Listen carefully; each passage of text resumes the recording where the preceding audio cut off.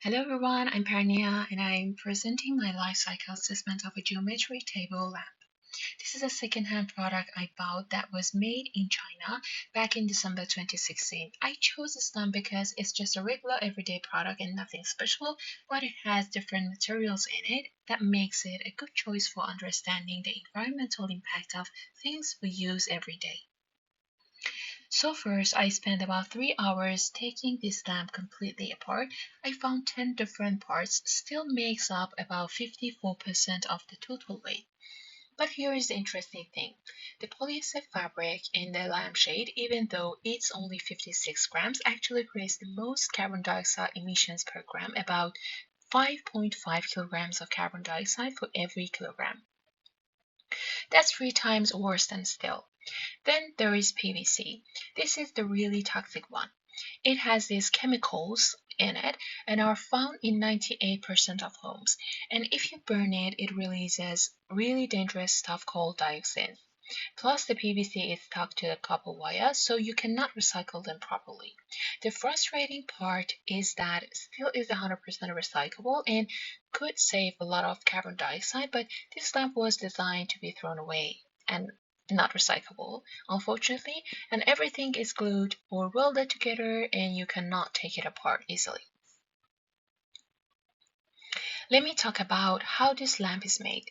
The steel parts go through stamping, welding, and powder coating. The powder coating is actually better for the environmental than regular spray paint. It doesn't release harmful chemicals into the air, and you can reuse the extra powder, but it does use a lot of energy because you need to heat it to 180 to 200 degrees.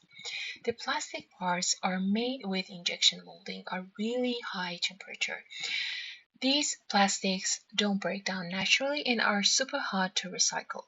For the electrical parts, making copper wire and coating it with PVC creates sulfur dioxide pollution, and the PVC coating becomes toxic if it's burned.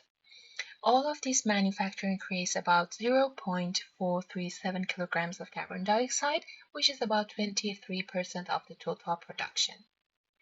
Now here's where it gets really interesting. This lamp traveled all over the world. Iron ore came from Australia to China, and copper came from Chile.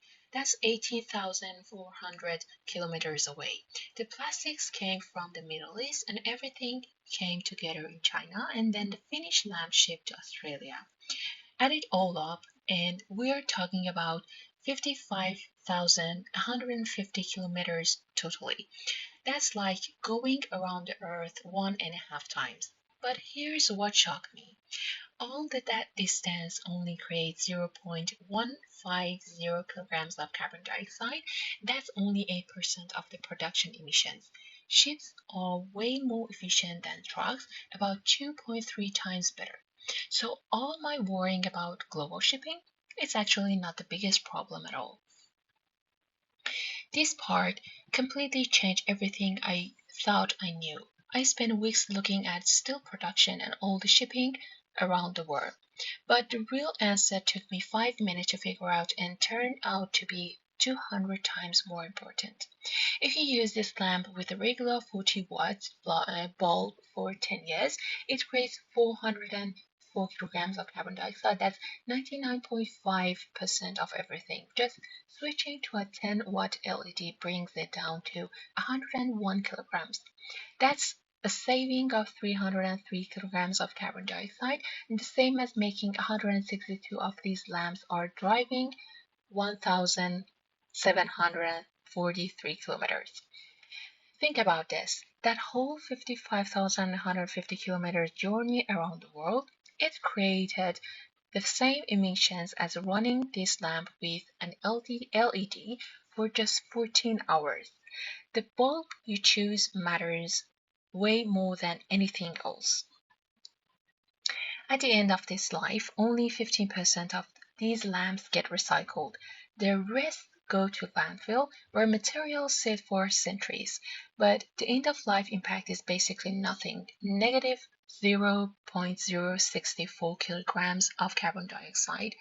Even perfect recycling saves only 64 grams compared to LED switching at 303,000 grams. So, what should designers do? Three things. First, build in a permanent LED. This saves 340 kilograms of carbon dioxide, more than everything else combined. Second, design for easy disassembly using screws and clips instead of glue and weldspar, and this could increase in recycling from 15% to 50%. Third, eliminate toxic materials like PVC for health reasons. The big lesson: for electrical products, energy efficiency matters 100 times more than materials or shipping.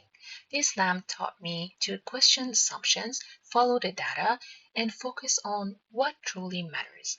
Thank you.